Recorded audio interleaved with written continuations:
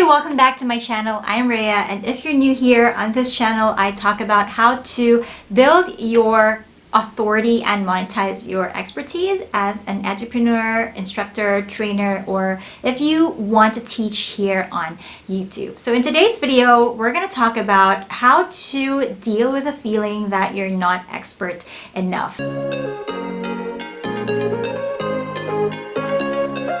They call it, and by they I mean the people in the community, they call it imposter syndrome or impostor syndrome. It is defined as a psychological pattern wherein an individual doubts his or her skills, expertise, abilities, and would most of the time think of himself or herself as a fraud. So for example, if you are teaching online or sharing valuable information online and you're actually nailing it, but you feel like you're not expert enough or you feel like a fraud because maybe you did not have enough experience for you to be teaching something online. So how do you actually deal with this? Now, this channel is mainly for those who want to teach here on YouTube. So if you want to teach on YouTube or any online platform and you feel like you're not good enough, why?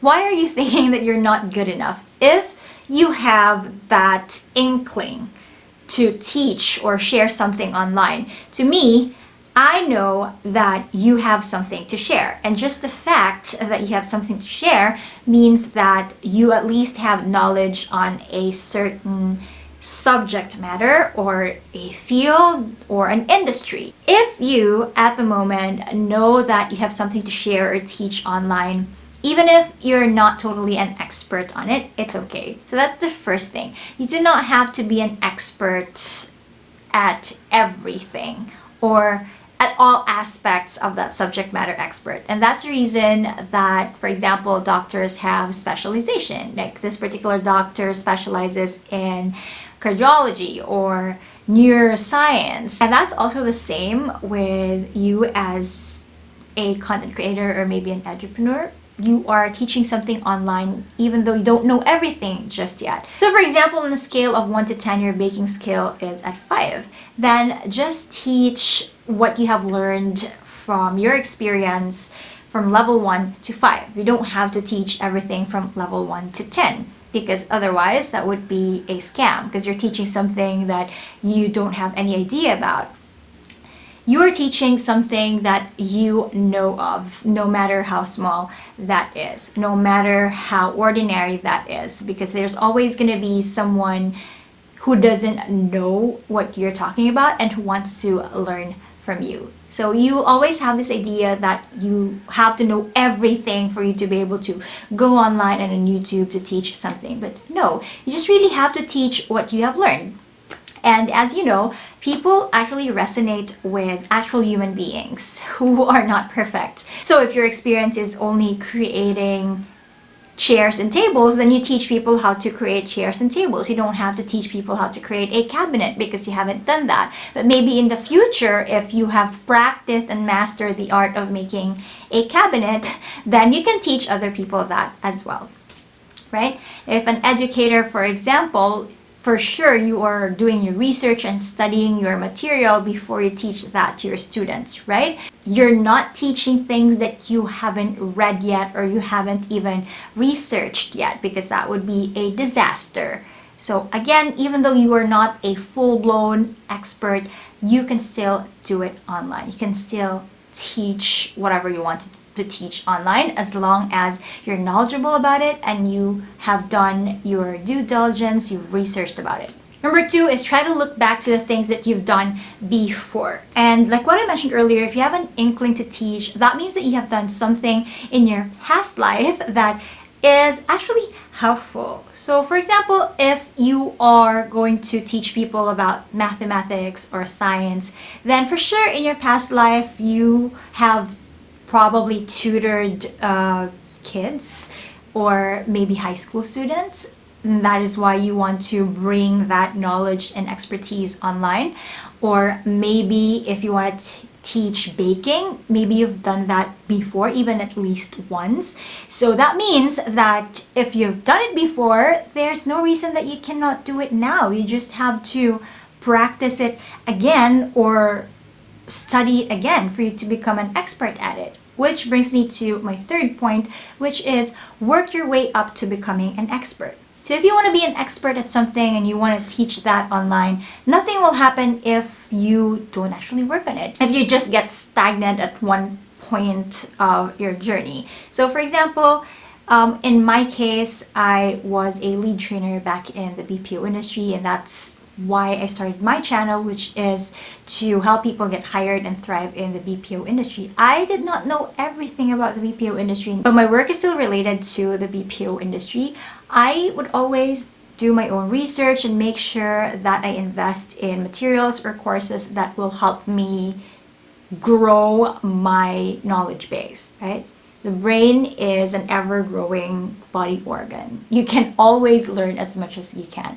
You have to understand that it is a constant learning experience. Number 4 is to stop putting people on a pedestal. I always say this because I'm someone who follows a lot of celebrities and thought leaders, but I follow them because I'm inspired by their journey or their struggle, and I know that they did not achieve what they have achieved overnight.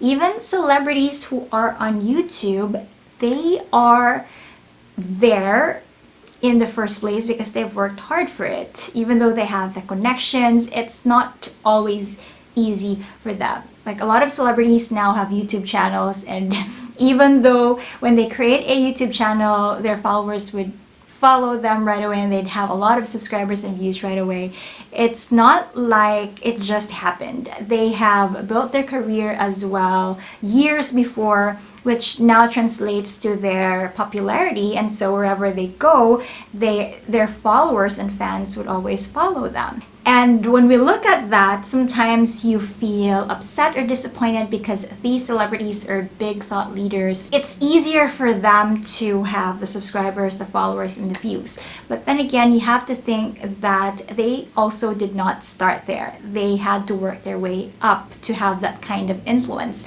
to people.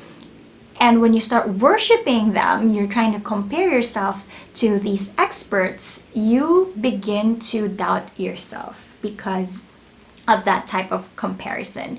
So yes, you can follow these thought leaders, your competitors or people who do the same thing as you're doing, or maybe similar content as you have on your channel, but don't worship them or don't idolize them to the point that you're doubting yourself if you can do it. So be inspired by them, but don't put them on a pedestal.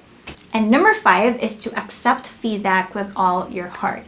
Most especially when you're starting, you will get a lot of feedback and constructive criticisms, and that's okay. Even though you don't necessarily agree with the feedback or the criticisms, and it's okay, just accept them. Except if they are like personal attacks, because I don't know, a lot of people will tell me that, okay, just don't mind them, just don't mind the negative comments. For me, if it's a personal attack, I do not tolerate it at all. I would definitely clap back and put that person in his or her place. And I think that's just the right thing to do, because even though you're online and you're putting yourself out there, that does not give a reason for other people to attack you personally. Giving feedback and criticism is one thing, but you know, attacking someone personally based on her physical, personal appearance, opinion, race, religion, or anything like that is a different story. So you have to speak up just so everyone knows that you cannot be bullied. Alright?